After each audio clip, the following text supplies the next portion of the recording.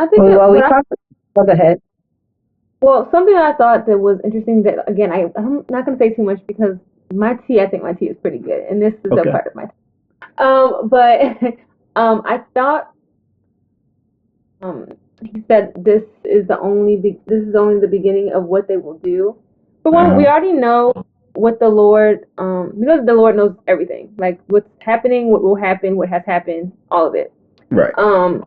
But just knowing the history of man and the simple nature of man, he's like, okay, like I told you guys that these are the things you needed to do. You guys already have deviated from said instruction, and if this will only continue to spiral.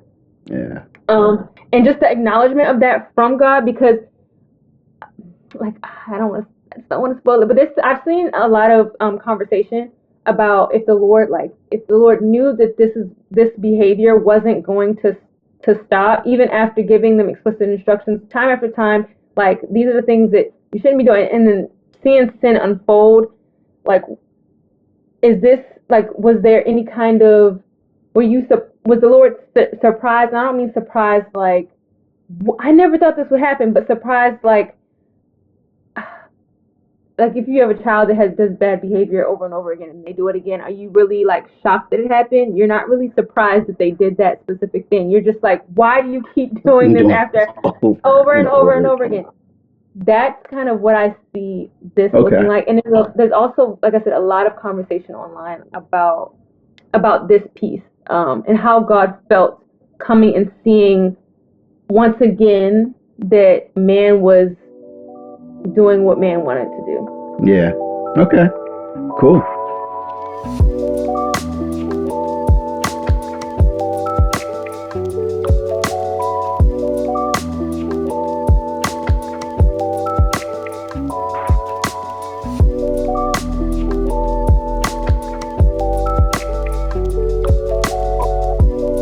What is going on, XYZers, XYZ Nation? What is going on with you? We're back in the building, although separate buildings, but we're still here together to give you this. Why is Dylon hopping into my head? Hot fire episode. Secondhand embarrassment. Well, y'all. You couldn't. See again. You can't hide it. She's like, oh, jeez. So yeah, we're back. And again, I get to give Moyo secondhand embarrassment, which is always fun.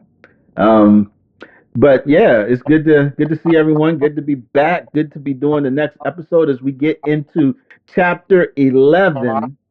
And the title of chapter 11 is You're a Babel on MC.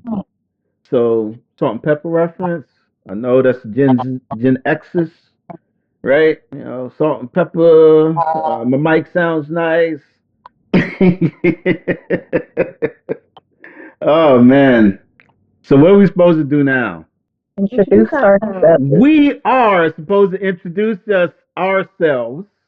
So I am the latchkeyed one himself, the former X-Man representing Gen X, Chris, all up in the area. And next to me, we have, or in the upper left corner, we have. I am Moya, the resident millennial. I hope it's not super loud. I hope it's not super loud for people with the headphones. OMG, I love it. I was gonna say, and then we have in the other corner your microwaver, Jasmine.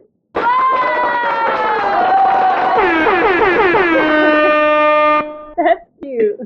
And together we are Generational Scriptures. Yes, indeedy. Yes, indeedy. So, as we do, we got to get into some housekeeping, right? So we start with generally Jasmine steeple. We're gonna say that for the end today, because got some specialness happening there. It's got to brew and steep a little longer for it to be just right. So we're gonna open up with our near and dear segment of the I Hate So Boom. All right. Yes. I I'm going to try my best. This is Genesis. I'm doing a summary of Genesis chapter 10, and that's considered the Table of Nations. And the reason for that is because we get into the descendants of Noah and Noah's three sons. So Shem, Ham, Japheth. Talked about them in chapter 10. Talked about them in chapter 9. We've talked about them a couple of chapters so far, but here we're getting into their descendants and how basically the world is spread out from these three sons that Noah has. Some key kind of takeaways from the last episode, I think, if I remember correctly, we talked about how languages are developed, how cultures are developed, how the nations are developed, and we also talked about how this is a precursor, or no, this is a post Babel kind of situation. So we're about to get into chapter 11 where we talk about the Tower of Babel, but this is showing us what happened as a result of that. So sometimes when you're reading it, you may think, well, why is it in this order? But we've also seen in the last couple of chapters where you get a story and then you get more detail into how that came about. So this is the same idea. And I want to say that's pretty much what happened in chapter 10. So yeah, check out the full episode for more details. There was a lot of reading from Chris, but it was good. He pronounced things the way they probably should be pronounced. So I don't know. Yeah. I wouldn't bet on that. Better than I can pronounce it. So yeah. I think you covered it. That was the big thing. It was introducing the readers, right? And I think I've said this a lot. Hopefully, it's not getting too monotonous for folks. But Moses is writing this to the people of Israel, so you can almost look and read through those names, and there should be, if you have any knowledge of the Old Testament, they're names that you have heard of before, right, Mario? Or if you're going to read them, there are some names in there that you will be looking out for. So it's really some foreboding, and also giving us the idea of the split and the organization and how nations were formed. So that's cool. That's cool. All right. So let us get into our reading, shall we? Yes. Let's do it. This is going to be, okay. This is going to be Genesis chapter 11, verses 1 to 4. Now the whole earth had one language and the same words. And as people migrated from the east, they found a plain in the land of Shinar and settled there. And they said to one another, "Come, let us make bricks and burn them thoroughly." And they had brick for stone and bitumen for mortar. Then they said, "Let us build ourselves a city in the tower, with its top in the heavens, and let us make a name for ourselves, lest we be dispersed over the face of the whole earth." Wow. So out the gate, what stands out to you guys as we read those 4 verses, as you take a look at those? Is there anything that's like in your face? And it starts off with the whole earth has one language, which makes sense. Mm-hmm. And I guess coming from the All Right, So Boom segment, we see all of the other languages and nations and things that were created, but we're going back and seeing it didn't start that way. We started with one. And it seems as if they are all of like one mind, one thought, everybody's kind of getting along, which again seems like a good thing, not a bad thing. Right. So it looks like we're starting off great, but I mean, we got to keep going. You got to keep reading. Yep. Agreed. Anything stick out to you in there, Jasmine? Yeah, and I think a lot of it, like I didn't notice this. I'm going to be the one to break the news. Yeah, we're recording this for the second time. I didn't notice this the first time until I read up some more. Like I had some more time to do some more digging. and I was looking at other perspectives, and like you said, we gotta like keep going for this to be full circle. But this looks like a lot of cohesion. Like we've seen chaos in the past, like in previous chapters. We've seen what chaos is when like Earth was getting formed, but prior to that, chaos was very explicitly outlined.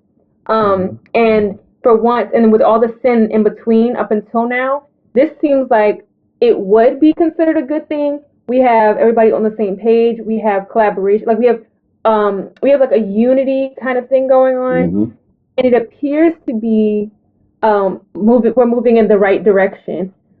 But as we keep going, we'll learn more. But I didn't really understand the significance of this piece before reading the rest until I dug a little deeper. But I thought that was pretty interesting.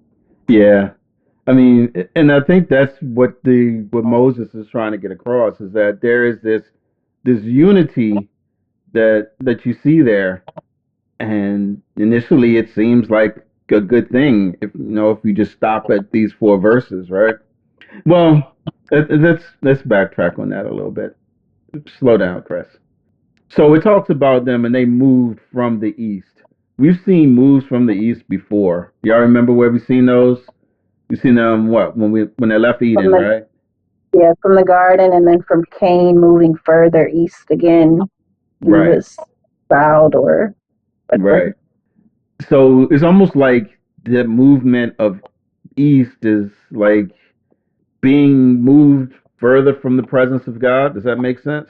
Mm-hmm. Because Adam and Eve were in the garden, and then they were put out of the garden and headed to the east, and the cherubims were set up with the flaming sword.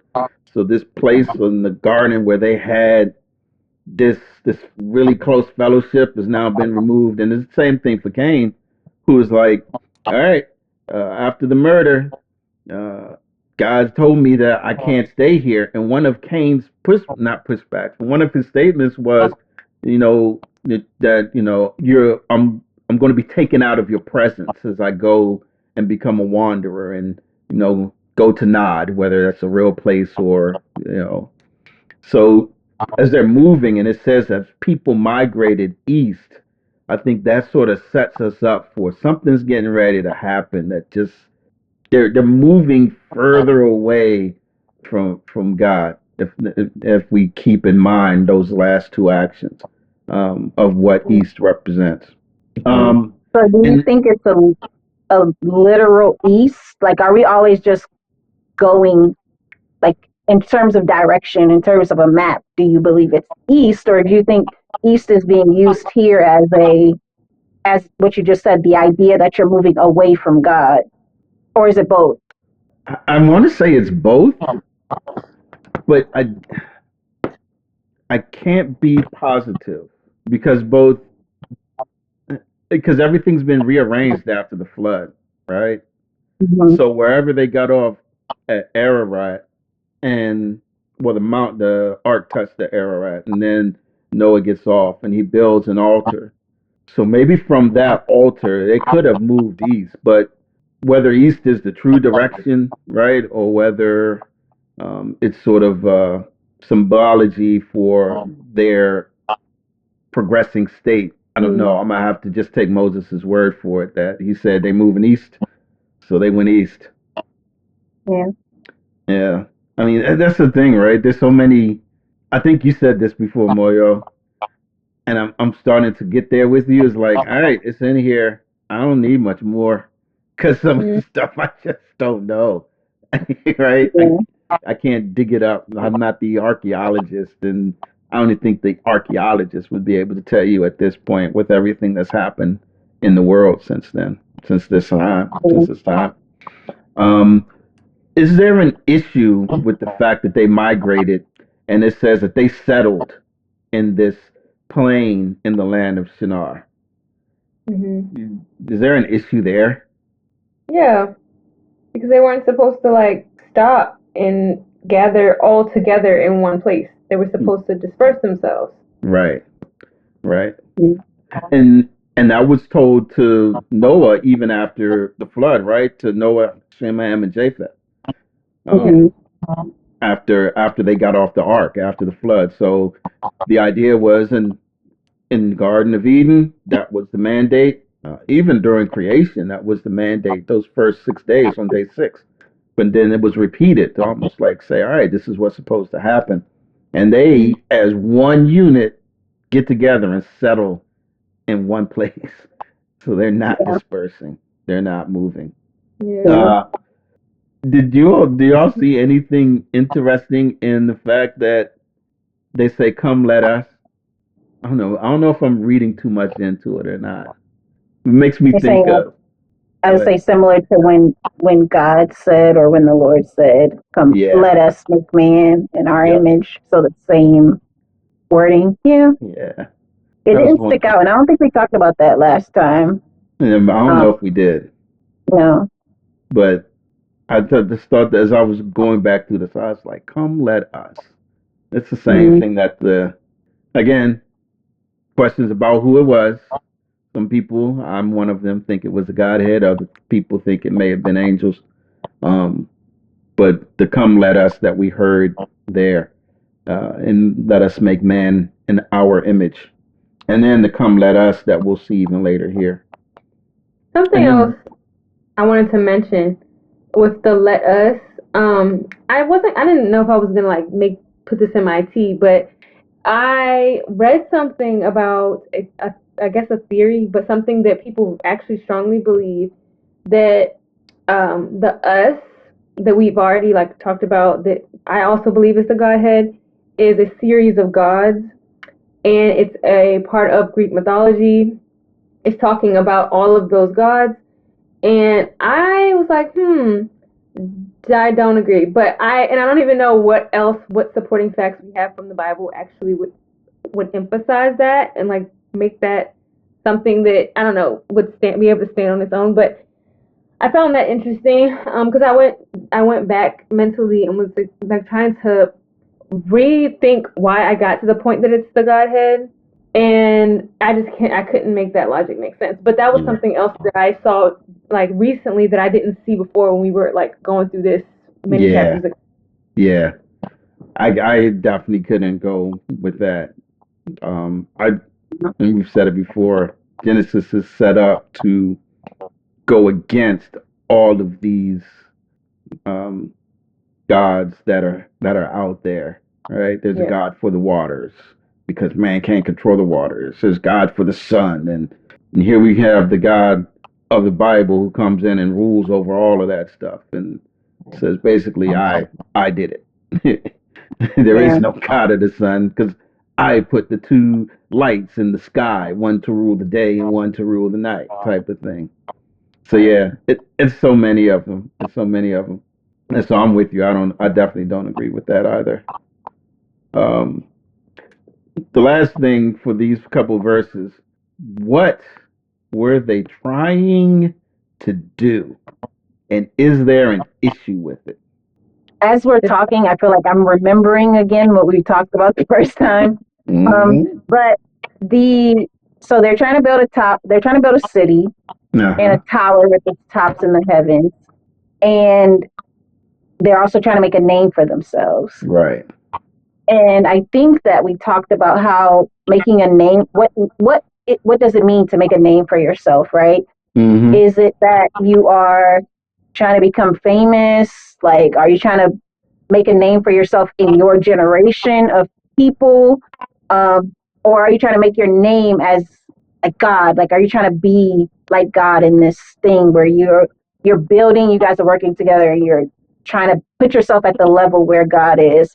And I think I talked about there being this belief that gods and deities and things live in a high place. Right. And so originally I thought, okay, they're trying to get to God, like actual God. And now I'm thinking maybe they're trying to place themselves in a high place so that they can be like God, right? Because they can't get to heaven. I think they understand that they can't get to actual heaven, I think.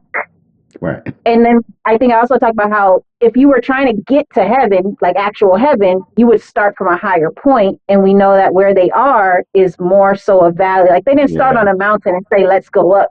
You don't start from the lowest point and say, let me get to heaven. Like it doesn't really make sense. Yeah. But when you start thinking about like, okay, they think gods reside in high places, so they're going to go as high as they possibly can, and to them, we're up here, like we're here. This is it. Yeah. So I thought that was interesting. Now, like reading it again.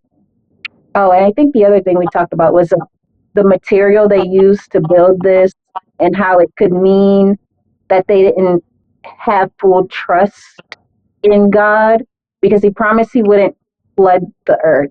But then they're building the things that are waterproof that they used to build the ark, or that were used to build the ark. So it's like, did they lose some sort of trust there, or is it just that's just what you know to use to build things now? Yeah. I was going to ask about that. So I agree definitely with the name for themselves. I look at it as almost like autonomy. Like I'm gonna try and make myself even with God, which sort of separates me from even needing Him. And I think it's interesting because I was thinking about this as I was going through this. Is when we think of names, I think we said before that there's usually some authority associated with giving a name, right? The person in authority gives the name. And so they're like, I don't want the name someone else gave me. I want to make my own name. I wonder if any of that's in there too. Yeah. That came out. So, and then the one thing that they also said in there was it wanted to keep from being dispersed. So we're gonna make a name for ourselves, lest we be dispersed. They wanted to try and stay together, which, as you already said, Microwaver was against what what God was telling them to do. Right? The only thing that I wanted to go back and touch on was the bricks and the bitumen and mortar, because I think those were like sort of technological advances of the time. Because usually when they built, they used stones that were readily available. But in this case, they're going to brick bricks. So they're making bricks. It's weird the way that all of the alliterations happen in that. When you get a chance, you understand Hebrew a little bit, go and read it. But they're going to brick bricks, and then they're going to bake them baking or something like that. So it's like baking. So they're going to bake baking brick bricks, which, to your point, Mario, was a little better. And I think you even said this last time, Jasmine. They're a little better than just the normal stone because they don't break apart and decay that easily. They're able to withstand a bit more. So they're making technological advances in the way that they're erecting and creating these ziggurats. And I guess we should probably figure out a place to put a ziggurat in here, just so people can get an idea of what they look like the spiral thing that goes up. So they got a lot of stuff going on because they're united in this endeavor. So did you have anything else, Jasmine, that you wanted to touch on in these first couple of verses? No, only other thing that I'll highlight is something else that I didn't think about at first was kind of looking at it. So initially, I try to see it from two perspectives. Like one is that man is not, it's man is doing what man is doing more innocently, and then on the other side, it's like prideful, trying to them trying to be more like God, them trying to make a name for themselves because they're trying to like in a way that's not, forget the word that I used last time, but basically just them, it's like playing devil's advocate in a sense. Looking at one of these commentaries, it was saying that all of the things done by man were done out of pride, and it was so like from the building of the tower to them feeling like they needed to all come together so that they could get as high as they could, as Moyo already said. Like all of that, my perspective was kind of changed a little bit because I didn't see it as them doing it without like even though they were being disobedient to what the Lord had already said, I didn't really see it as them doing it selfishly. And there was self-reliance. That was the thing. The one of the commentaries I saw said that this is like a pure example of self-reliance. Like we have to do what we have to do to survive. Like you said, like the Lord promised there wouldn't be another flood, but just in case, he said it, but just in case, something else pops off, we want to make sure we're good. So let's do what we can do in the meantime, instead of just saying, I'm just going to trust that God said it's not going to happen again. Okay, it's not going to happen again. Yeah. So I thought that was too. And I feel like we saw self-reliance before. I feel like we talked about that in another chapter. Mm-hmm. So it just was interesting that it was coming back. And like I said, I didn't think about that at first. Yeah, that's good.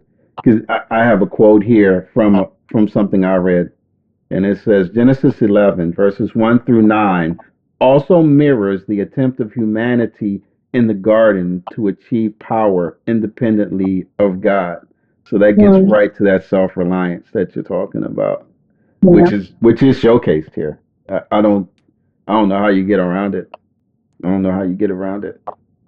Genesis chapter 11, verse 5 to 7. And the Lord came down to see the city and the tower which the children of man had built. And the Lord said, Behold, they are one people, and they all have one language. And this is only the beginning of what they will do.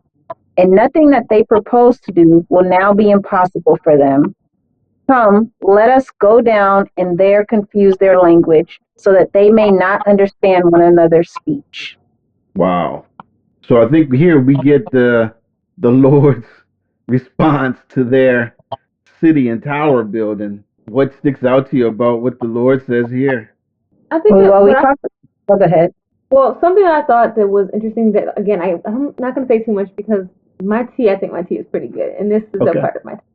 But I thought he said this is only the beginning of what they will do. But one, we already know what the Lord, we know that the Lord knows everything, like what's happening, what will happen, what has happened, all of it. Right. But just knowing the history of man and the simple nature of man, he's like, okay, like we've already, I told you guys that these are the things you needed to do. You guys already have deviated from said instruction, and if this will only continue to spiral. Yeah. And just the acknowledgement of that from God, because like I don't want to spoil it, but I've seen a lot of conversation about if the Lord knew that this behavior wasn't going to stop, even after giving them explicit instructions time after time, like these are the things that you shouldn't be doing, and then seeing sin unfold, like is this, like, was there any kind of, was the Lord surprised? And I don't mean surprised like I never thought this would happen, but surprised like if you have a child that does bad behavior over and over again and they do it again, are you really like shocked that it happened? You're not really surprised that they did that specific thing. You're just like, why do you keep doing this after over and over and over again? That's kind of what I see this looking like. And there's also, like I said, a lot of conversation online about this piece, and how God felt coming and seeing once again that man was doing what man wanted to do. Yeah. Okay. Cool. I'm not going to talk about this anymore because I don't want to mess up your tea. It's still steeping and brewing over here, so we're just going to let it. Tea don't percolate, but percolate. Yeah. Did you have anything that you wanted to bring up on these verses, Moira? Yeah, I think you talked about the irony that God was coming down to like see, and they were trying to build up to get to him. It's so funny to me. So yeah, it is funny. I think it is funny. And whenever, I don't know when we gonna get to the New Testament, but eventually, like it's kind of reminds you of how like Jesus would do and say things. Like it always seems kind of sarcastic and like. Are you trying to be funny on purpose? I don't know. I don't know. But it's usually funny. Like the way they word things is interesting. Yeah. Mm-hmm. Yep. Yeah, I think those were the big takeaways for me. One, the irony that you mentioned. And I had the same question, like, what does he mean? This is only the beginning of what they will do, and nothing that they propose to do will now be impossible for them. I had those same two things going through my head. So yeah, that's good. That's good. What about the response? This is also interesting to me before we get to that. These are the actual inner thoughts of the Lord of what I'll say is the Godhead, based on what we can see in verse 7. So we're really getting some insight here into what the Lord is thinking about their activities. So we see they're one people, they have one language. So what Moses, the writer, the narrator, says in verses at the beginning of verse 1, we see reiterated here. But we also see the consequences of that, which is why we talked, right? It was like, okay, unity. Yeah, sounds good. Community. Yeah, sounds great. But we see with that, we get into what you were just talking about, Jasmine, about, okay, what are the repercussions for that? Mm-hmm. Right?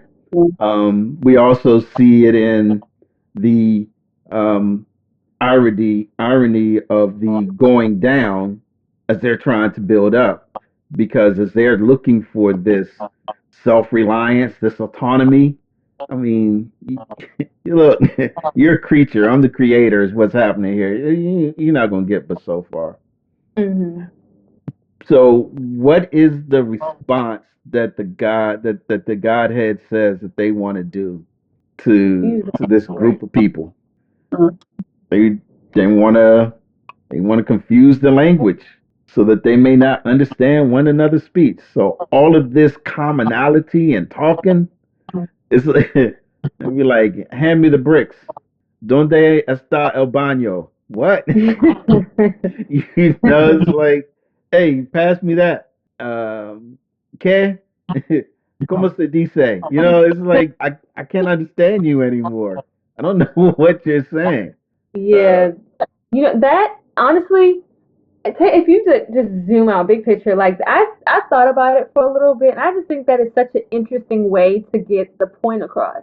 Like, to say, okay, now y'all can't understand each other, so now you can't talk. Now y'all can't have one big happy, one big unit. No, that is such an interesting way to do that, as opposed to just like, you know what, you go here, you go, get to your corners. Like, instead of forcing movement, he just made it so that they had no other choice but to move away and like gather in smaller pods, instead of like one big one. I don't know. It just, that's such a creative way to do that. I don't know. Like, I thought about other ways that could have been done. Like, how else could God have insisted, like, and made sure that the ultimate like instruction was carried out?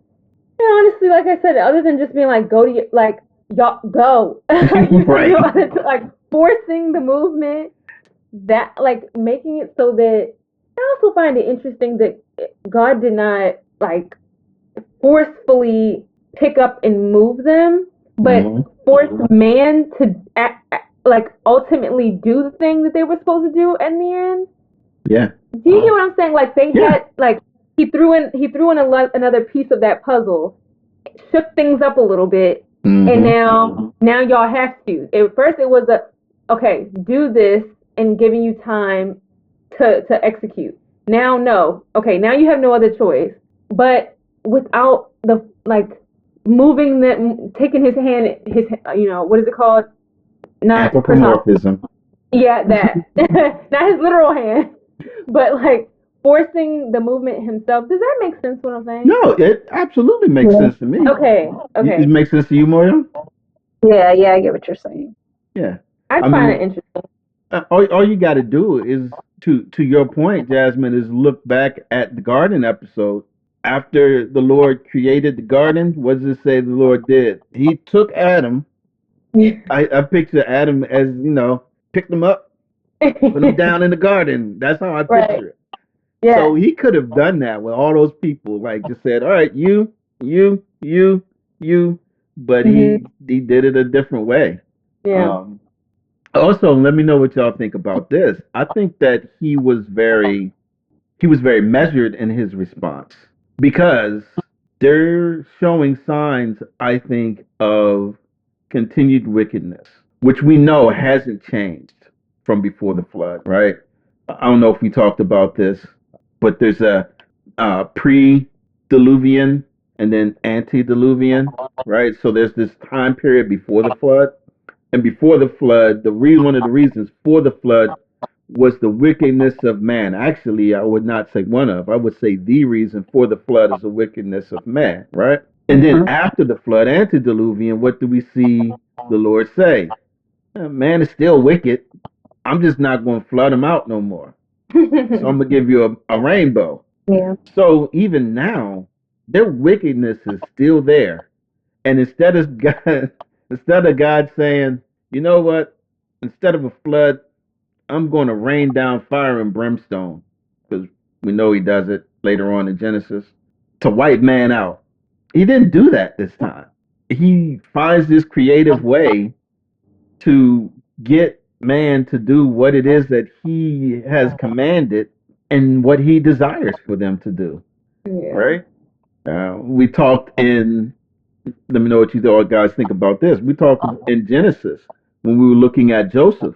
We're in Genesis now, but when we looked at Joseph, we talked about the fact that regardless of the agents and what they do, God's will still gets accomplished.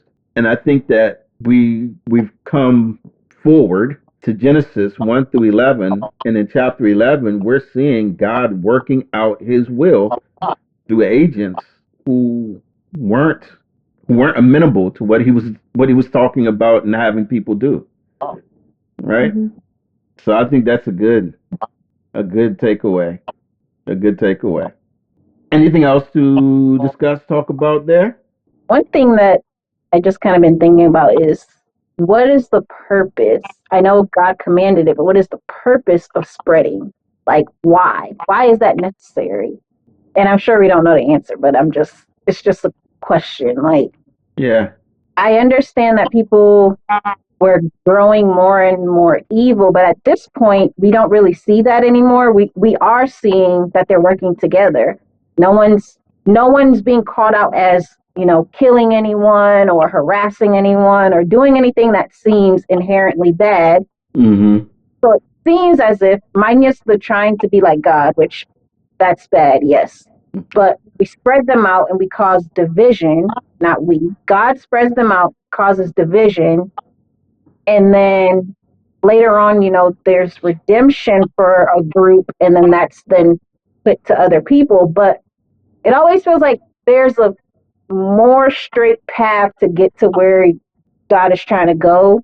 But this seems very zigzaggy, like we're doing a lot to get to the point. Yeah. Mm-hmm. Yeah.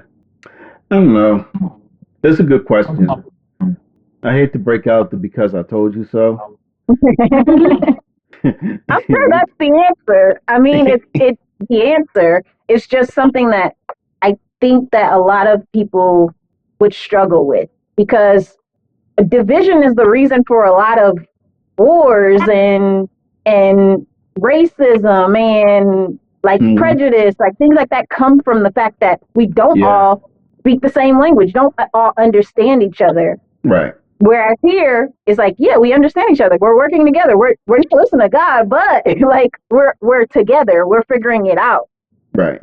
And maybe that's the thing. I don't know. Maybe that's bad enough where God is like, okay, and we don't know what it would look like if we kept in that pace, right? That's what so I don't know, but it's still a question of, but why? Eventually, there would have been overcrowding. You're going to have to move anyway. So why not let them get overcrowded and just spread like this instead of spreading like, people probably listen to this and don't watch. Instead of spreading like, I was doing my hands weird for people that are listening, but instead of like placing people all across the globe quickly, like making them just disperse, you'll eventually grow out, right?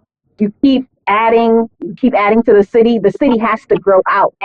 It's going to keep getting wider. It's eventually going to touch the areas that you may want it to touch. Maybe not, but it's just the idea that we could have dispersed gradually versus all at once.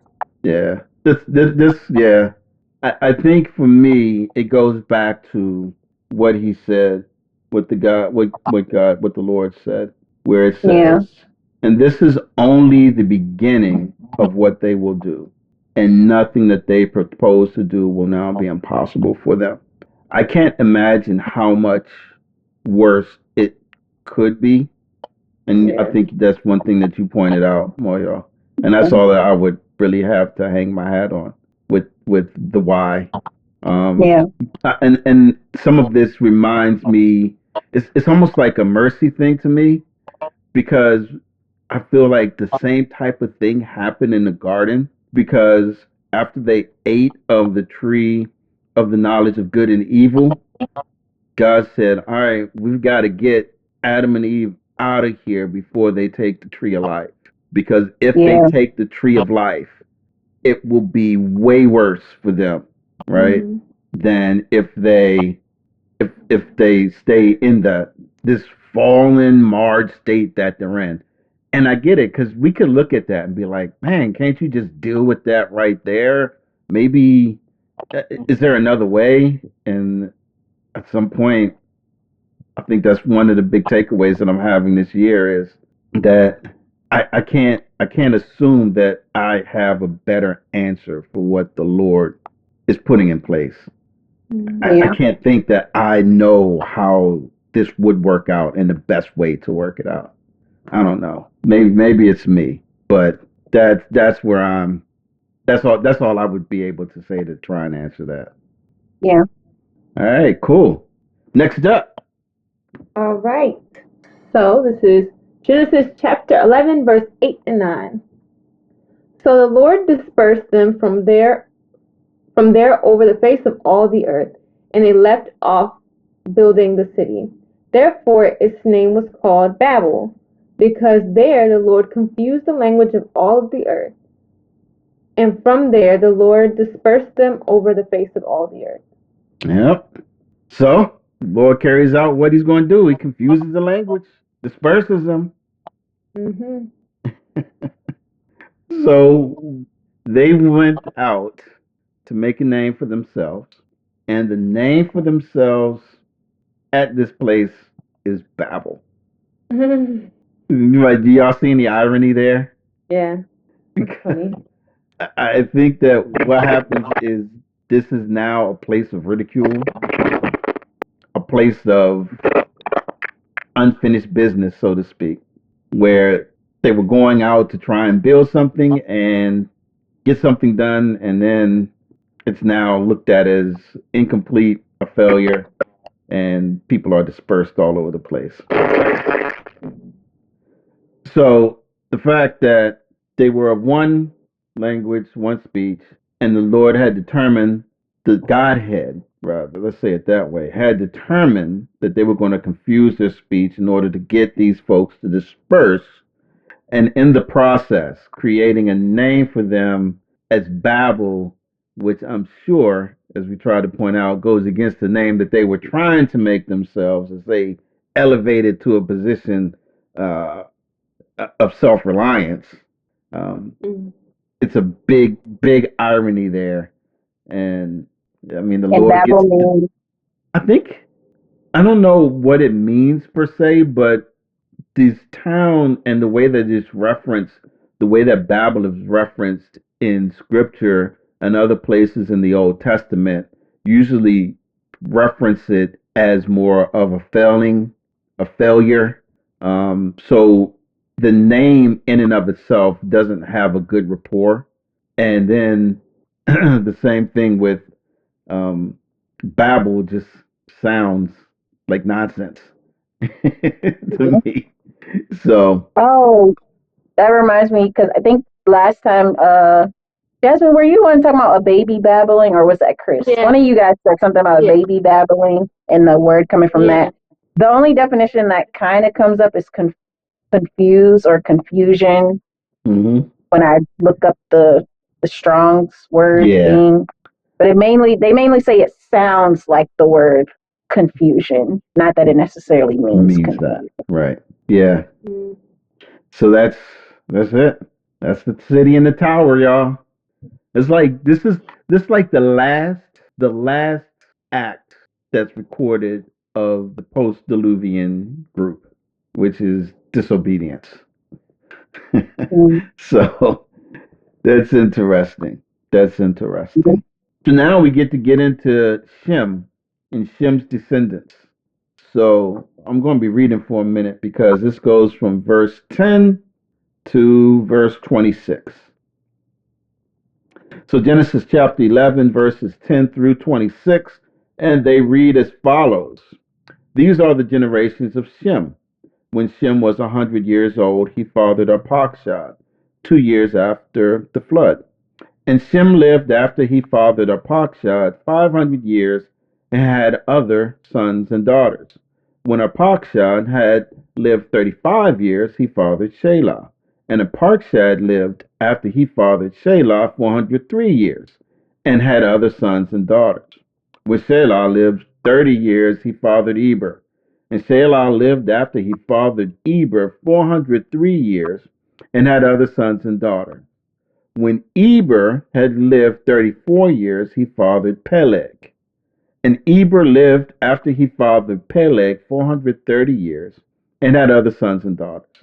When Peleg had lived 30 years, he fathered Reu. And Peleg lived after he fathered Reu 209 years and had other sons and daughters. When Reu had lived 32 years, he fathered Serug. And Reu lived after he fathered Serug 207 years and had other sons and daughters. When Serug had lived 30 years, he fathered Nahor. And Serug lived after he fathered Nahor 200 years and had other sons and daughters. When Nahor had lived 29 years, he fathered Terah. And Nahor lived after he fathered Terah 119 years and had other sons and daughters. When Terah had lived 70 years, he fathered Abram, Nahor, and Haran. Mm-hmm. Boom. So we've talked about the purpose of genealogies and the fact that they're meant to move us. So if we take that same thing here, we go back and we have to go back to Noah's line to get to Shem. And the point of this is to get us down to Terah and the 3 sons. Just like when it mentioned Noah and you did a T on the expectations of Noah from Lamech, right? He's be the one that I'm going to not get it verbatim, but saves us from the toil of our hands or something of that nature. Well, with here we go from Shem all the way down to Terah, and we get 3 sons that are listed there: Abram, Nahor, and Haran.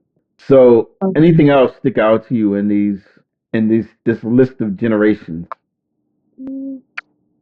Just the fun fact was that Abram is the 10th generation from Shem. Yep. Just as Noah was the 10th generation from Adam. From Adam, yeah. And the importance of them, like the turning point, just as you said with Noah, like at this point when you get to Noah, something is about to change. And here, once we get to Abram, again, something is about to change. There's going to be a shift in how God is dealing with the people. Yeah.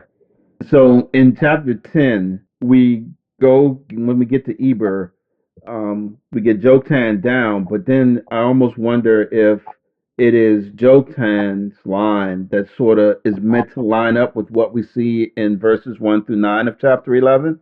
And then we sort of get the reset here, and we go not through Joktan this time, but through Peleg. And I wonder if that's what we're supposed to see going forward as the line that God is going to use. Much like with Cain and Seth, right? So I don't know. Do y'all see that kind of thing there? Because so you're saying we didn't go through Peleg's line originally in chapter 10, and now we're forgetting about Jotan and going through Peleg's right line in order to get to who we want to get to. Right. Because that's the chosen. And I also am wondering if it's a stretch to say by going through Jotan's line that you get to it's meant to sort of tie this path or this lineage to the activities that happen in Babel, such that it shows you this path is the path that is not aligned with God, so to speak. And this other path where we go through Peleg, shows us God continuing to progress his plan through this side of the line. Much like when we went through and looked at Cain's line, we could see easily they were just getting worse and worse. And the Song of the Sword by Lamech. But then we come back and we start to look at Seth's line, and it talks about, men start to call on the name of the Lord. So you can see the two paths that are happening there. So I don't know. I don't know if that's a stretch, but just going through and looking at how the things are divided, it kind of makes sense. The only reason I would think that it might be a stretch is because in Babel, everybody's together. So I would assume that's all of the descendants of Noah. Yeah. Like all the lines are working together to disobey God. Yeah, so, that's true. I don't know if there's a distinction that. I don't know if there's a distinction. Yeah, you're right. I mean, because there isn't anything that says that, hey, Peleg and his group wasn't there. Yeah, the only I think maybe the reason it's separated because we are trying to get to Abram, but remember when we talked in chapter 10, you said something like, why is only one child genealogy given? Because they were kind of they gave like Japheth some of his sons and then their sons. Like it was giving multiple of the sons generations, but then it was only the one for Shem. But then we're going to get his anyway, so maybe there was no need to put it in there twice because we want to focus on Abram later. So let's just do the one here and then focus on the one we want to focus on later. Yeah. I mean, yeah, that could be it. That could be it. As well as the ages, right? Because these folks are having children at ages that seem way more. They start having children at ages that are way more of what we see in modern times. Yeah. Than we've seen before. Yeah. Going from having children at 600 to having them at 30. You know, it's a little, it's more based on, like, it's trying to based on things that you see now, but also, even though they're having children earlier, they're still not living as long as the people we've seen before, which I thought was also interesting. And you know how we talked about patterns, like how it's written out, like so and so lived this many years and then had this child and then had sons and daughters and lived this many years and then died or whatever. I thought it was interesting because I don't know. At first, I was thinking that as we were going through the scripture, that people were living shorter and shorter lives, and I don't think that actually wound up being true. Because we have 403 years, 430, but it still is. It's just interesting that like 209 years, 207 years versus like 900 and things like that. Yeah, it is, and I've seen a lot of theories about that. I think it's just, hey, we're introducing more and more of the decay into the line, so people just aren't living as long. And you couple that with the fact that there hasn't been anything said about basically not marrying your cousin like we do now. Like, right? Yeah. That's your cousin. You can't like her, or you can't like him. So that prohibition isn't there. So it's like, hey, I think the other thing that's interesting here is we don't get the refrain, and then he died. I think that when we looked at that before, it really stood out to me because it seemed like it was really pressing the point that the result of sin was still present. Dying you shall die was what happened when the fruit was eaten, and that's what God said would happen. And here we don't see that final refrain, and then he died. I'm not sure if I would make a huge deal about that, but it is glaring to me that it's not here. Makes me wonder if getting to Abram is sort of getting some hope. Getting to Terah, which eventually takes us to Abram, is giving us some hope. So, all right, I think that's it for 10 to 26. Any last thoughts on that? this is me backtracking a little bit, but I know we were talking about them having kids younger. Mm-hmm. But remember, we said previously that the age that they're giving for those kids may not be their first child, right? So we don't know the age that Adam had Cain. We only know the age that he had Seth. Mm-hmm. So he had other sons and daughters in the midst of all of these people. He could have started at whatever age. We just don't know. That's true. Yeah. Yeah. That's true. First, you have to think about how many kids you have to populate the earth. If you start at 500 and die at 900, is that enough time to have the amount of kids? So they may have been starting earlier. It's just like, I mean, Cain got ruled out, so his age, the age Adam had him was, and also Adam, I don't know, because we get an age for Adam, but how is his age calculated? Is it from the day he was created, or was he given like a base age, like, hey, you're born, but you're 40 years old? Right. Like, we don't know. You're here, you're 33. I think we said it. You're created with the parent age. So, yeah. At whatever, I can't remember the age when it says that Seth was born, but. He was like 500 or something ridiculous. Yeah. Ridiculous. Yeah. I don't know, but I still can't get around the fact that I want to say that Cain and Abel were the first two born, and there may have been a bunch of others born before Seth. But even, I think we talked about it, it seemed like Seth was there to replace Abel, so he would have been the next born in line, but there's nothing really not necessarily, because Cain and Abel are adults. So if I'm replacing you, I don't pull up a child that's already born. I pull up a new child. So if I have 100 other kids, I don't just pull up one in the ranks. I just have a new one who I'm like, okay, you replace the one that died. Yeah. So that's how I imagine is that, they had a bunch of kids up until they were 500 years old. And at 500-ish, maybe 400-ish, Cain kills Abel.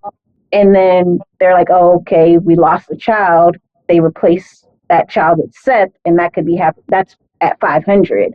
But we don't know what happened between that. Yeah. I think I'm starting to really see the flaw, if I can call it that, with trying to use these genealogies to age, like how old things are. Yeah. Because it's just a bunch of information you don't know. Yeah. Because everything that we're talking about here is definitely plausible. Mm-hmm. So, all right. Very good. Next up. All right. Genesis chapter 11, verses 27 to 29. Now these are the generations of Terah. Terah fathered Abram, Nahor, and Haran. And Haran fathered Lot. Haran died in the presence of his father Terah in the land of his kindred, in Ur of the Chaldeans. And Abram and Nahor took wives. The name of Abram's wife was Sarai, and the name of Nahor's wife, Milcah, the daughter of Haran, the father of Milcah and Iscah. So what do we see there? Okay, wait a minute. All right. I'm pretty sure we talked about this the last time. Okay, his wife is his niece, right? Mm-hmm.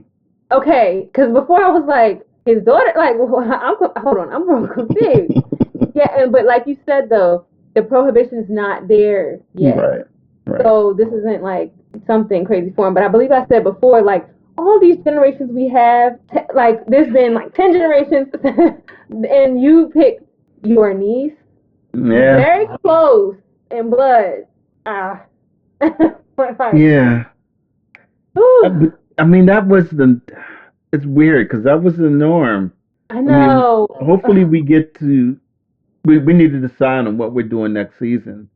But I think when we get to not Abram, Father Abraham, Isaac, and Jacob, I think when we get to Jacob, right, which may be not next season, but the season afterwards, I think we got to see how the chapters line up. I think you get told for Jacob to go to his kinsmen to go and find a wife. So there was something about keeping it in the family. Yeah. And I think that is because the idea of influence from an external wife would come back onto Israel. And so they would be pulled away from God if they did that. So I think that's why they were doing that. That makes sense. So, but still, it's kind of weird today. Yeah. Niece does seem close, but then we don't know at what point this genealogy falls after the Tower of Babel, because we don't know if this generation is the generation that was split off or not, or if it happened. We don't know where in this line the split off happens. True. So you may not have that many options of people who speak the same language as you and migrated to where you migrated to. Yeah. Yeah. So with all of these types of things, do you all think that it makes these happenings with the Tower of Babel more plausible? Because some people come back and say, it's all a story, it's all made up. You think with these types of questions, it makes it more plausible or less plausible that these are real things that happen? I mean, I always thought it was a real thing that happened anyway, so I don't know if it's more or less. Right. Yeah. But I would say more as like, okay, you don't have a lot of options because we're splitting off again. Just like when they came off the boat, like you have the wife you came with, then you're gonna have kids. Those kids have to, like, the cousins are gonna have to marry each other. Like, if that's how it's gonna be, and we keep getting these split offs, it keeps happening where it's kind of a reset, everything's starting over, and we're just trying to rebuild and expand again. Right. And multiply. So you multiply with who you have available to multiply with until God says, all right, that's enough of that. Like, we need to spread out. Right. Yeah. I think when I hear you explain it, it seems more plausible to me that this is a real event. I'm with you. I already thought it was real, but we keep posing questions about, we're not sure when, or we're not sure how old, but even with those there, what I was getting at, it still seems like a more plausible event and things happening the way that it's captured in scripture. So yeah, I don't know. That just stuck out to me. It just stuck out to me.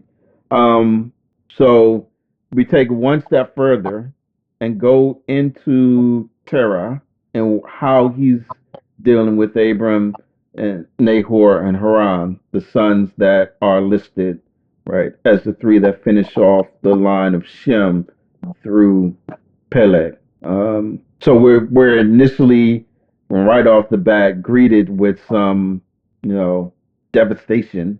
Is that too strong a word? In the family, right? Which must be pretty bad. Yeah. Yeah. And then we're also told where they were in Ur of the Chaldeans. So Haran died in the presence of his father Terah.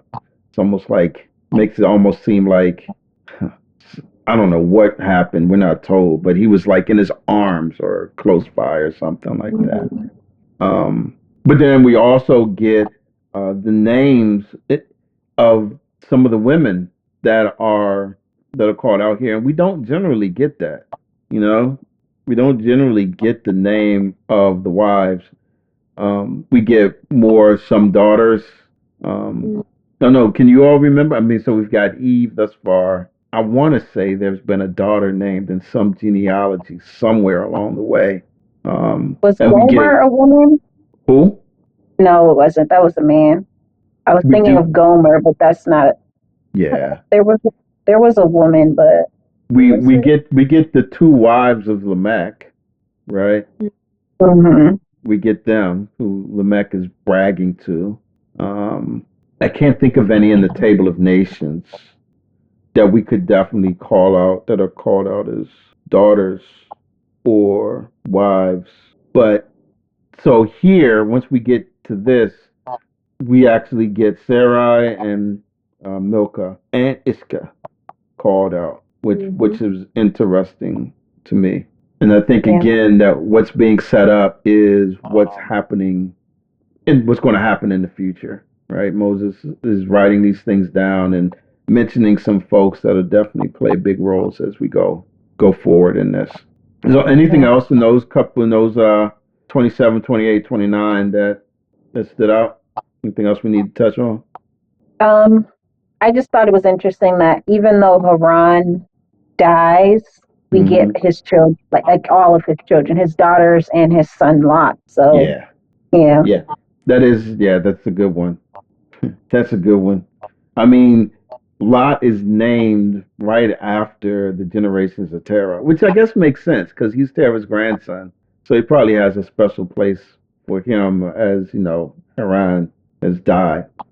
I wonder if it has, how in Joseph's story, Jacob took the sons because he didn't really get to experience his son. So the grandkids were like, okay, you guys are mine. I wonder if it's that same idea, like, okay, we're going to say that he died in a second, so this is who kind of replaced him. Yeah. As we move forward and look in the final couple of verses here. Yeah. Yeah. Okay. Let's do it. Genesis chapter 11, verses 30 to 32. Yeah. Now Sarai was barren. She had no child. Terah took Abram his son and Lot the son of Haran, his grandson, and Sarai his daughter-in-law, his son Abram's wife, and they went forth together from Ur of the Chaldeans to go into the land of Canaan. But when they came to Haran, they settled there. The days of Terah were 205 years, and Terah died in Haran. Right. So before we get to Lot, it's just like the call out of Sarai being barren and having no children. It just this here just sort of stands out. And if you know the story and you understand what happens next, I think we understand why that is mentioned here. But if you don't have that context, it can be a little. I think it can be a little weird to just have this, this sentence thrown in about Sarai. Yeah, and there's a stark difference here, and I think it was like I agree. It's very intentional that there was a mention of her being barren, not only for what's to come, but also just to make what we've seen so far. There's everyone's having kids left and right, and they're having lots of children. Right. But then his daughter-in-law Sarai is unable to do the same, which then had me like that's interesting. And I only know part of the story of what will be Sarah, right? But I didn't understand like why she was barren or like what the what was to come. All I knew, that's why it kind of like boggled my mind, other than the fact that I figured that Moses was just trying to draw a comparison to like make this pop out. Everybody else is having children, she can't, but that's a good point. We'll see more on this later. Yeah, that's a good point. That's a good point. And so I was thinking it's also called out because it will explain why Abram and Sarah are going with his father.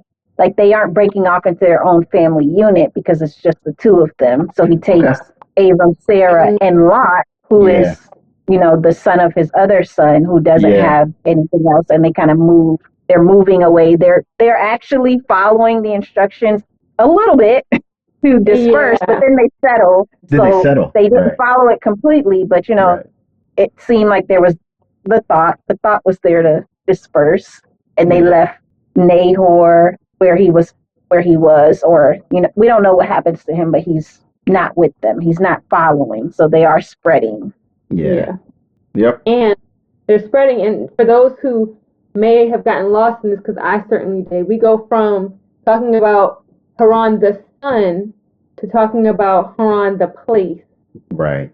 Which definitely I got lost and I was very confused because I was like, we didn't establish the like development of Haran in the midst of these verses, so we kind of just jumped and I got a little lost.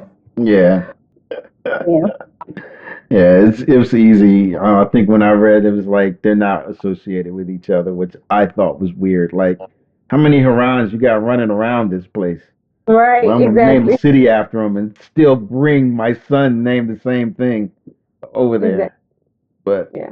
yeah, those are all good points. Those are all good points. Yeah, something else, Moya? No, I was gonna say we talked about them not being very creative with these names when we talked about Lamech. So it's like this. Yeah. It's not even surprising anymore. Like we're just gonna recycle over and over. Yeah. Everybody's tired of creating new things. Well, I think that wraps up Genesis 11. You know, Oh, can I forgot one thing. We talked about that we forgot we talked about last time is the name, Abram's name, and how it means exalted father, and how his wife is barren. So there's like I don't know the English words, but like, it's, what is the word? An oxymoron type of thing. You mean like you're supposed to be a father, but you can't have any children, right? Yes. So there's this weird dichotomy going on type of thing. I think those are the right kind of words to use. Oxymoron and dichotomy. We'll see. Yeah, those are not words that I use, but it fits. It makes sense. That's what I'm trying to convey here. Yeah, no, but and that's a good point. Yeah. And then the other name, Terra, the meaning that I kept seeing was delay, which I wonder how that fits in. Like, how does that, because he goes somewhere and he stays there and he ends up dying. And I wonder if that's something that we're going to see if we move on to the next couple of chapters of, is the delay that Abram and Sarai can't have kids, is the delay that he delayed and didn't keep moving. Right. And so he's stuck there. Like, what is the significance? Because we've talked about how these names are not just names. There is significance to the names. Yeah. There's meaning behind a lot of the names. And even Sarai's name, the only thing I found for her name was Princess. But then I was like, to see that, like knowing who she is later and how she's described, Princess is kind of fitting. Like, she was that girl. Like she was, even though she couldn't have kids, people fawned over her. And there's no structure of kingship yet, or even princesses and princes, but for her name to mean that seems important. Yeah. Yep. Yeah. Those good catches. Good catches. Yeah. All right. Now are we done with Genesis chapter 11? Yeah, I think we're ready for some tea. Some tea? Yeah. Is it done? Is it brewed? It's finished brewing. It's tea? Okay. Yeah. Give us tea. So let me pull my notes up. So I was doing some research. I wanted to do something a little different this time. I kind of wanted to go in and look at thoughts on Genesis 11 from people who have alternative opinions. And kind of try to understand the thought process a little bit and do like a super quick, a little bit of discussion about it. So one of the things I looked up, it was a thread that says, what was the point of the Tower of Babel, that story? And there was somebody who had questions about it. And one thing that she said, one thing that she asked was, she said, was this a judgment against global ambition without God? So God coming down, confusing the language and separating them, was this a judgment, like a punishment? Was this a consequence for them doing something that should have been something positive? And what's the problem? Their pride and their unity being used for the wrong reasons. So I looked at a couple of people who had interesting responses, and I was shook a little bit because I did not consider this. So this response to those questions, the first thing that she said, was that this was not a judgment, it was mercy, and by confusing their language and scattering them, that they were on the path to self-destruction, which we talked about. But also, I thought it was interesting too. Oh, she said this wasn't punishment for ambition, but this was to reset and redirect human purpose. So I don't know. I just found it very interesting because I looked at this more like the Lord was saying that mankind is going their own way, and as a result, here's your consequence. But I didn't think of it like this could have been so much worse. God could have been like, away with you. this is, I didn't, and I guess we never really look at things like the Lord is not taking it easy on us, but giving us an opportunity to do the right thing until you're already out of it through it, whatever, looking back at it retrospectively. Right. But there was a note added to that God's grace and God's mercy go hand in hand here. And like in all of this, like we said before, like God has the power to do whatever he wants. And all of this could have been like with a snap of a finger, either I'm just gonna move you guys, or we're just gonna do this all over again, Right. But instead, God gave them an opportunity to do the thing. Well, he threw it in an extra piece and then dispersed them. Yeah. And now they have an opportunity to continue to fulfill what God had planned out for them.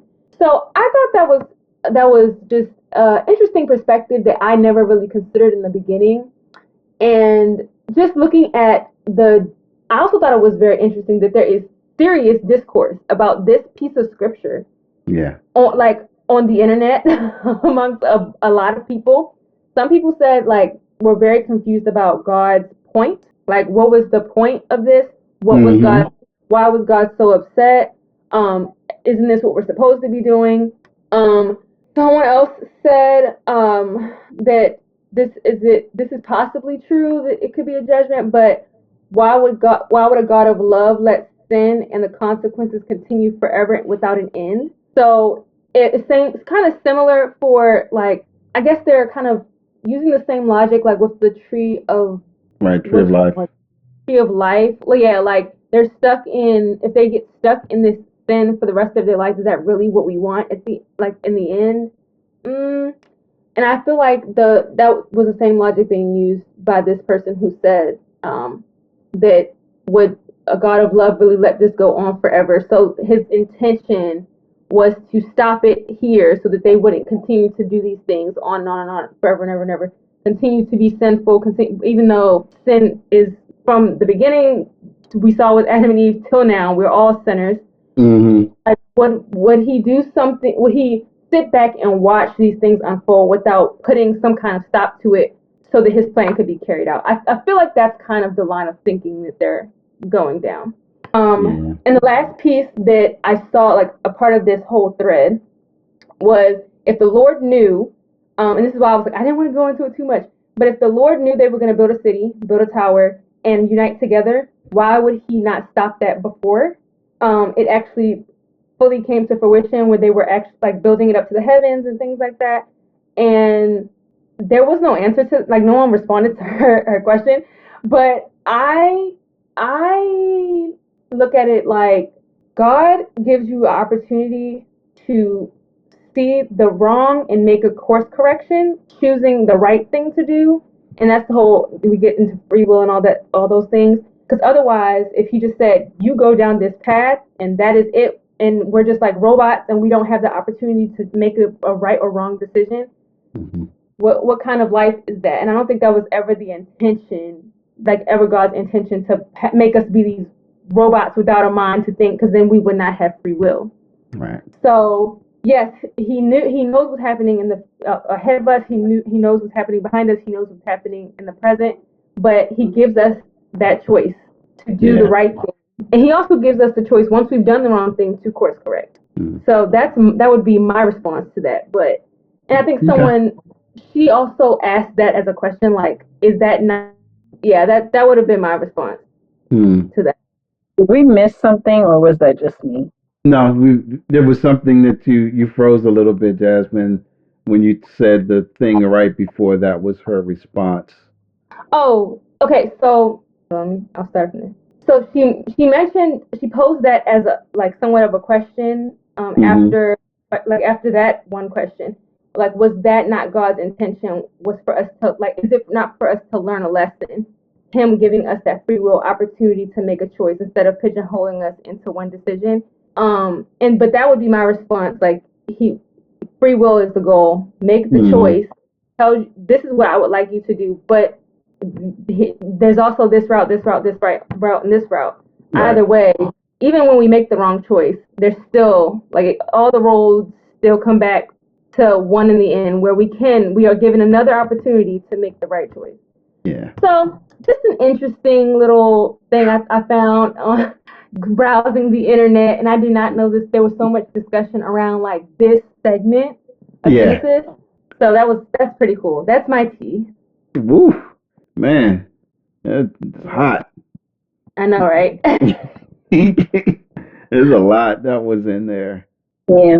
Yeah. I think there's so many questions that are similar, because then you could say the same for Cain and Abel. If God knows Cain is going to kill Abel, why not stop it? Yeah. Right. It's the same with wars and you know, what is it? Like things like that. Like there's a lot of evil in the world that, yes, God could just stop it. But then again, is that us having free will, or is that him just controlling what we do and don't do? Right. So God's not responsible for the evil that's done, right? That responsibility falls on the perpetrator, or as I like to call us, the agent, right? Mm-hmm. It's not something that God does. Now, so to try and put on God that he should stop it before it happens is a bit much for the free will reason that we talked about before. And you can't blame him for the evil that someone else is doing. Mm-hmm. I think the only other thing, there were a couple of things that stood out, but the one that I remember, I don't know about y'all, but the number of people that focus on one aspect of the perfections of God, I feel like they get it. They missed the forest by focusing on a tree. Mm-hmm. Meaning, if all that I think about is God's love, then I've missed all the other multifaceted areas that God has shown us in Scripture. Because even in Genesis alone, we've shown he's all powerful. We've shown that he's all knowing, right? Asking rhetorical questions. What is this that you have done? Right? Did you eat from the tree that I told you not to? I mean, he knows all of this. So there's nothing else. So we see so many facets of God. I think even, and I'm going to say it again, in the Proto-Evangelion, we see the justice of God as well as the mercy and the grace of God, just like you do at the cross. The cross is one place where you see grace at its fullest and justice at its fullest. And the beauty of that is that I can't separate the two from God. I can't just say that God is justice without him having grace, because then the cross doesn't work for us. Right. I can't say that God is love without him having justice and punishing evil, because then it doesn't work for us. Justice demands payment, but grace gives us a way out. You know what I mean? It gives us propitiation. Appeasement is what that means. The assuaging, if you will, of God's wrath. Mm. So whenever somebody hits me with well, if God is love, the first thing my mind goes to is that God's so much more than that. And to try and just say he's this one thing and let this one perfection be what guides all of his actions is not right.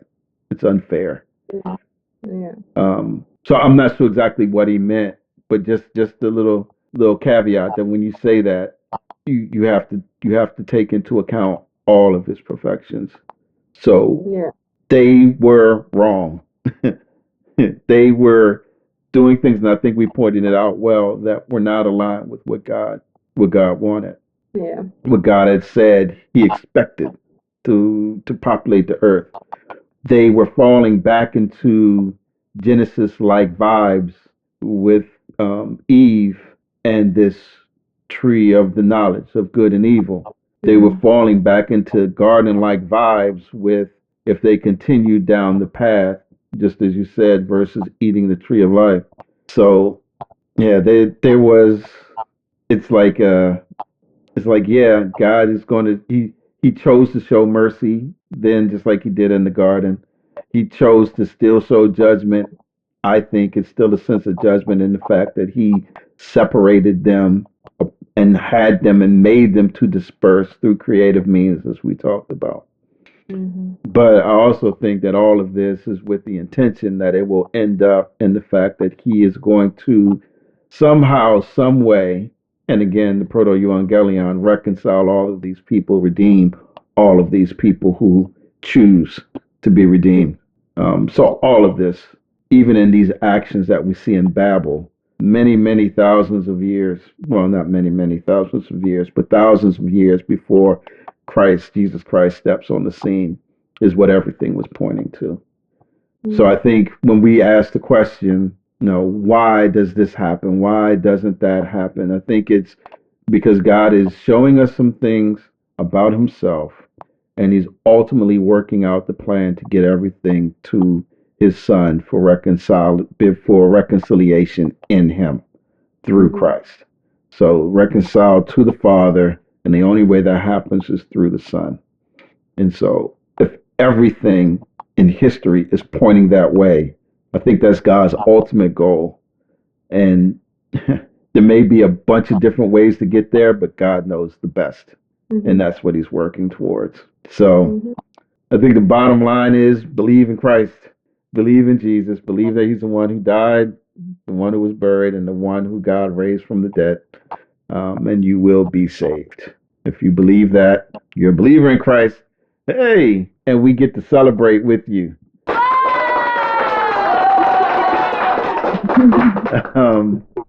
And again, if you have any questions, just drop a note. We'd love to talk to you about it. Love to help you get discipled.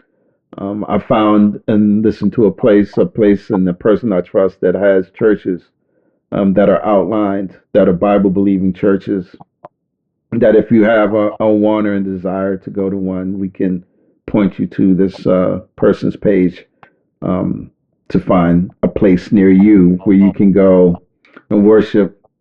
We're talking about this today. A lot of people now are looking for places where they can get the event atmosphere, but the only thing that comes to my mind is the same thing that you use to draw people in is what you have to keep doing. I think that the Lord would be more pleased with someone who's going because they want to grow closer to him and understand that the way to do that is through grasping his word more and learning and seeing who his son is, because his son is the representation of the Father in this earth. If we don't know the Son, then we don't know the Father, and Jesus says that in John. So you need to be in the church, but first you got to believe the gospel, and we pray that that is happening to someone out there that they are believing. All right? Yeah. Any final thoughts? Thanks for the tea, Jasmine. And I have one correction I wanted to make real quick. Okay. Just for the people who were like following that thread. Someone did respond. Okay. There was a lady who said that God, there wasn't judgment, it was mercy, and then there was a guy that responded with this could possibly be judgment, but why would a God of love let sin and the consequences continue forever? And then he quoted Genesis 3:22-23 and 2 Peter 3:9, in case you guys want to go look that up. And at the end, he said, "We are given chances to see the error and change before being prevented from sinning further. God's mercy is balancing his grace." So there's way more in that too. So if you guys are interested, go just look up Genesis 11, thoughts, commentary, ideas, all that.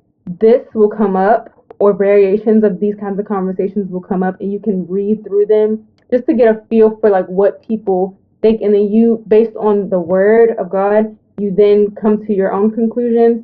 But I like I said, that was just very interesting. There's a lot of different perspectives. You just need to make sure that whatever conclusion you come to is based in what the Bible says, not what any one particular person thinks. I don't know about y'all, but Genesis just has a lot of debate about it. Yes. So I think it's cool that we're walking through it. All right. Any last thoughts? Thanks for the correction and the tea. And with that, I think we can wrap up chapter 11, first season, or let's say first season, third season in the bag. And then we've got our recap And then after that, we'll be back next season. We'll have stuff up in between until we get started. But yeah, this was fun. This was fun. And with that, I think we're done. Thanks for hanging out. And all of you on the interwebs, deuces. We'll see you later. Bye. Bye.